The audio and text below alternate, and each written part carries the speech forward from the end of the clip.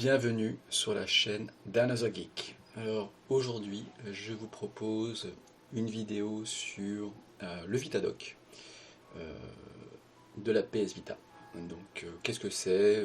C'est un projet qui permet d'utiliser la PS Vita comme une Switch, c'est-à-dire de le docker et de streamer le contenu de la PS Vita sur une télé. Donc voilà, je vous propose donc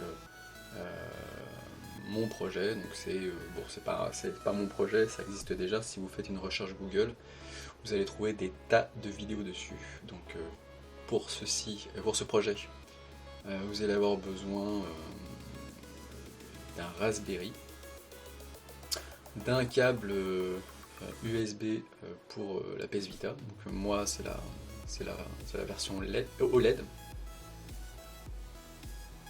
Vous aurez aussi besoin d'un DualShock 4, c'est le plus simple. Ça permet d'avoir les fonctions tactiles qui sont dupliquées sur la manette. Et comme vous avez plusieurs jeux qui vont utiliser cette fonctionnalité, c'est assez intéressant. Voilà, donc n'hésitez pas à me demander les liens pour le câble, pour le Raspberry, pour le DualShock. Moi j'ai utilisé un DualShock qui m'a coûté 30€, donc c'est pas la version officielle, mais ça marche très bien. Donc voilà, j'ai collé ici le Raspberry derrière. Donc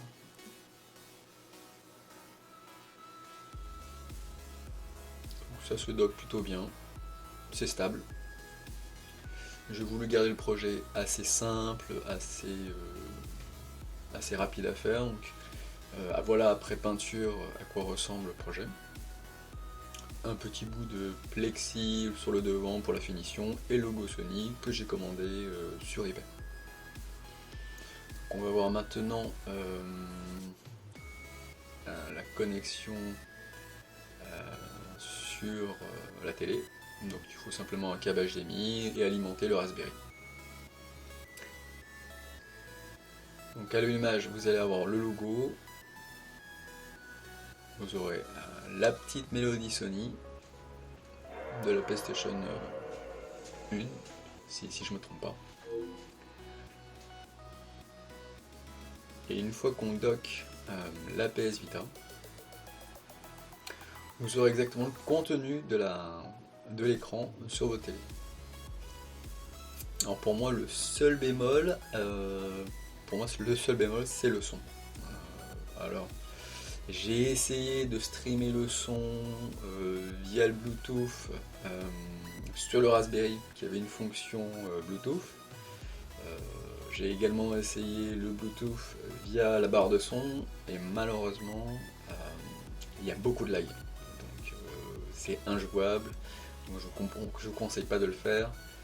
Vaut mieux pour l'instant utiliser le son de la PS Vita. C'est pas l'idéal, mais c'est mieux que rien. Donc il faudra par contre mettre le son à fond.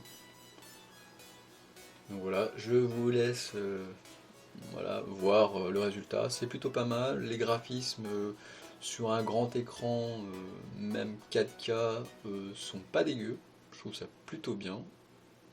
Bon, c'est pas une PS3, c'est pas une PS4, hein, bien sûr. Mais quand on joue à une distance raisonnable, c'est plutôt pas mal.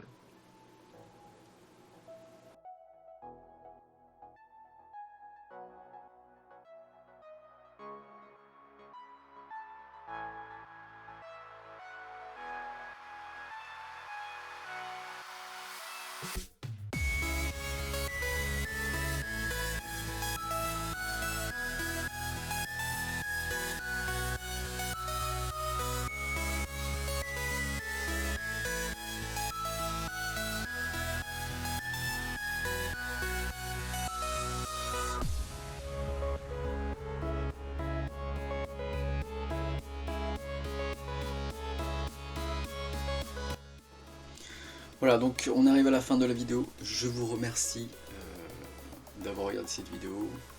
N'hésitez pas à me poser des questions, j'y répondrai.